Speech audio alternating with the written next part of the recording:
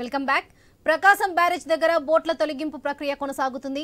4 బోట్లు కట్ చేయడానికి 4 రోజులకు పైగా సమయం పట్టే అవకాశం ఉందని అధికారులు తెలిపారు.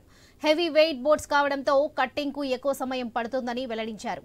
బోట్ కట్ చేయడానికి సిబ్బంది తీవ్రంగా శ్రమిస్తున్నారు.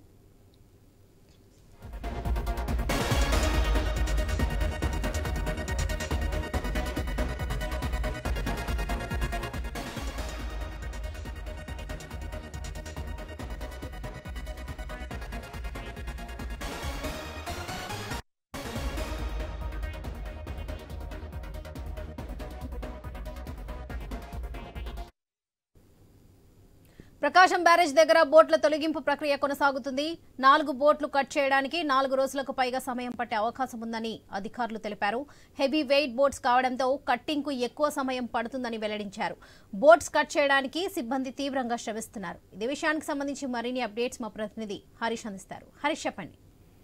లక్ష్మి, ప్రకాశం బ్యారేజీ వద్ద గేట్ల వద్ద చిక్కుకున్నటువంటి 4 బోట్లను తొలగించేందుకు అధికార యంత్రాంగం ప్రయత్నాలు చేస్తోంది.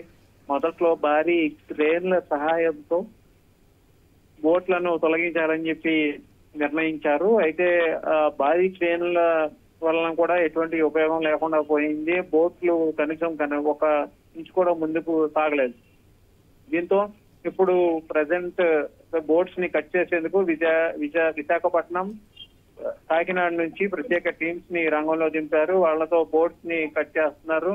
వాటర్ లోకి వెల్డింగ్ చేసి ఆ బోట్స్ ని కట్ చేసి ఆ మొక్క తీసేసిన తర్వాత పూర్తి స్థాయిలో బోట్ల తొలగింపు పూర్తి చేయడానికి మినిమం మరో 3 రోజులు పట్టేటువంటి అవకాశం ఉందని చెప్పి కూడా అధికారులు చెప్తున్నారు. మొత్తం మీద గత 4 రోజులుగా కూడా జరుగుతున్నటువంటి గేట్ల తొలగింపుకి సంబంధించినటువంటి ప్రక్రియ నిరంతర ప్రహసనంగా సాగుతున్నటువంటి సిచ్యువేషన్ కనిపిస్తోంది. ప్రధానంగా బోట్లలో ఇసుక నీరు ఎక్కువగా ఉండిపోవడం, ప్రజెంట్ బ్యారేజ్ వద్ద 2 లక్షల పైకిలకు వరద నీరు కూడా కంటిన్యూ అవుతుండటంతో కొంతవరకు బోట్ల తొలగింపుకి సంబంధించినటువంటి అంశం సవాల్గా మారింది. అయినప్పటికీ కూడా ఇరిగేషన్ యంత్రాంగం అంతా కూడా బోట్లను తొలగించేటువంటి అంశాలపైనే ప్రత్యేకమైనటువంటి ఫోకస్ పెట్టింది. వరలక్ష్మి.